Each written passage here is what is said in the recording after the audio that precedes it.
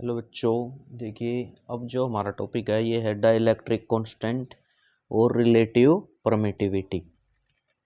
यानी कि relative permittivity उसी को क्या बोलते हैं, डाइलेक्ट्रिक कांस्टेंट। ठीक है, तो इसमें क्या बता रखा है, देखो it is defined as the ratio of absolute permittivity of medium to the absolute permittivity of free space.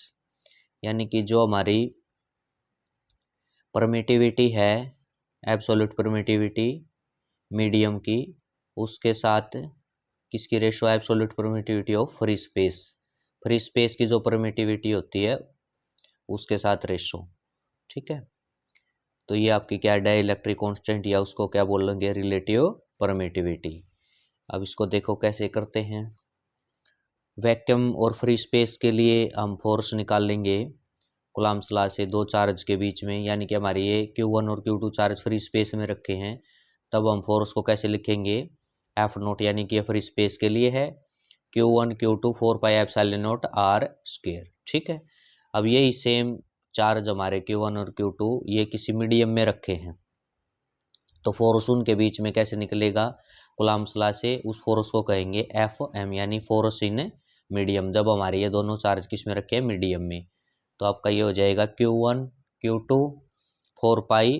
अब ये देखो फ्री स्पेस की परमिटिविटी एप्सिलॉन नॉट से दिखाई है। अब ये चार्ज हमारे मीडियम में रखे हैं, तो परमिटिविटी हो जाएगी एप्सिलॉन एम, यानी कि एब्सोल्यूट परमिटिविटी फॉर मीडियम, ये हो जाएगा आपका आर स्क्वायर। ठीक है, ये इक्वेशन हो गई हमारी 1, ये इक्वेशन हो जाएगी हमारी 2। अब ये क्या है, इक्वेशन 1 को 2 से हम डिवाइड कर देंगे, तो ये हो जाएगा देखो आपका एफ नॉट, यानी फोर्स फ्री स्पेस में और फोर्स है मीडियम में। जब आपके सेम चार्ज एक बार तो फ्री स्पेस में रखे, एक बार मीडियम में, तो ये आपकी रेशो हो जाएगी F naught by F M. F naught की वैल्यू क्या है, Q1 Q2 4 pi epsilon naught R square. F M इसके नीचे आएगा, तो ये टर्म आपकी क्या है, पलट जाएगी, ये है ये ऊपर चली जाएगी और ये नीचे आ जाएगा, यानी कि 4 pi epsilon M R square Q1 Q2 ये। ठीक है, Q1 ये इससे कैंसिल हो जाएगा, 4 पाई से 4 पाई आपका कैंसिल हो जाएगा, आर स्क्वायर कैंसिल हो जाएगा। ठीक है, तो इसके बाद आपका क्या आ जाएगा, F naught by F M, epsilon M ये है और एप्सिलॉन नॉट ये।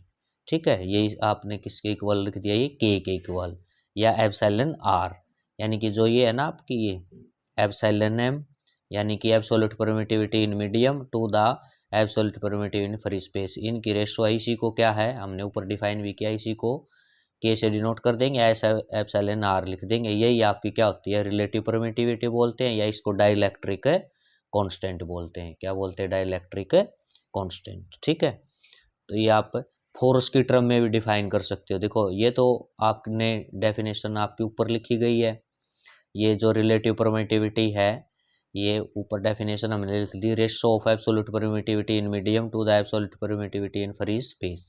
ठीक है, इस टर्म में, फोर्स की टर्म में अगर लिखना चाहे तो यहाँ से भी हम इसकी डेफिनेशन बना सकते हैं। क्या, relative permittivity define as the ratio of force between two charge when charge placed in free space to the force between same charge when they are placed in medium।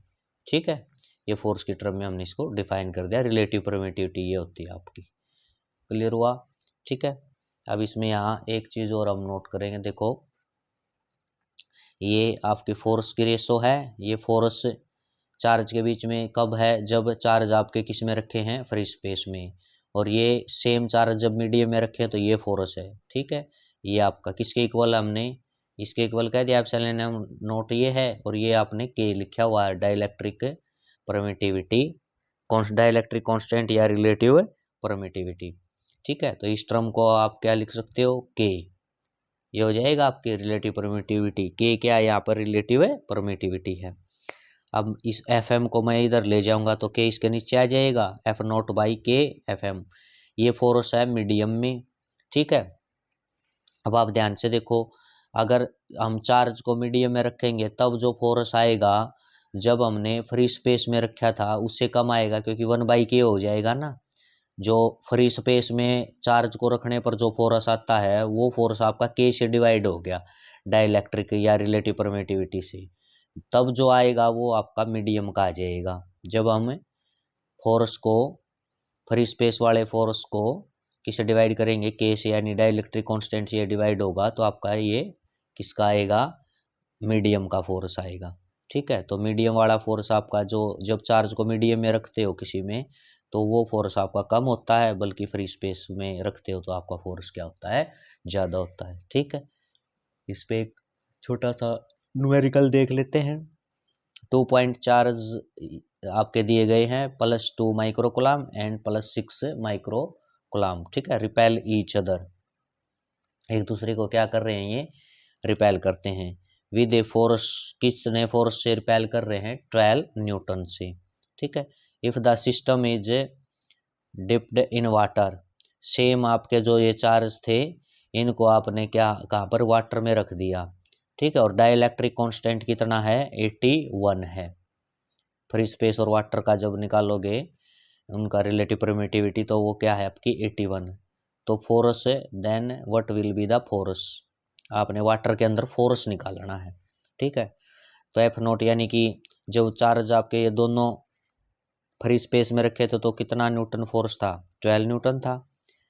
के की वैल्यू कितनी दे रखी है, dial constant कितना है, 81। अब यह हमने पीछे बताया है, मीडियम में निकालना, अपने वाटर के अंदर फोर्स निकालना है तो क्या हो जाएगा, फ्री स्पेस का और के से डिवाइड हो जाएगा। फ्री स्पेस में इसका क्या है, कितनी वैल्यू है यहाँ पर, 12 न्यूटन, 12, और डाइलेक्ट्रिक कांस्टेंट की वैल्यू है 81, तो 81 से डिवाइड हो गया, ये सोल्व कर दिया तो 4/27। अब ध्यान से देखो, यहाँ आप जब फ्री स्पेस में चार्ज रखे थे ये दोनों चार्ज, तो आपका लगभग 12 न्यूटन क्या आया हुआ था, ये 12 न्यूटन आपका फोर्स बता रखा है। अब सेम दोनों चार्ज को जब हमने वाटर में रख दिया तो आपका वो 4/27 हो गया ना, फोर्स बहुत कम।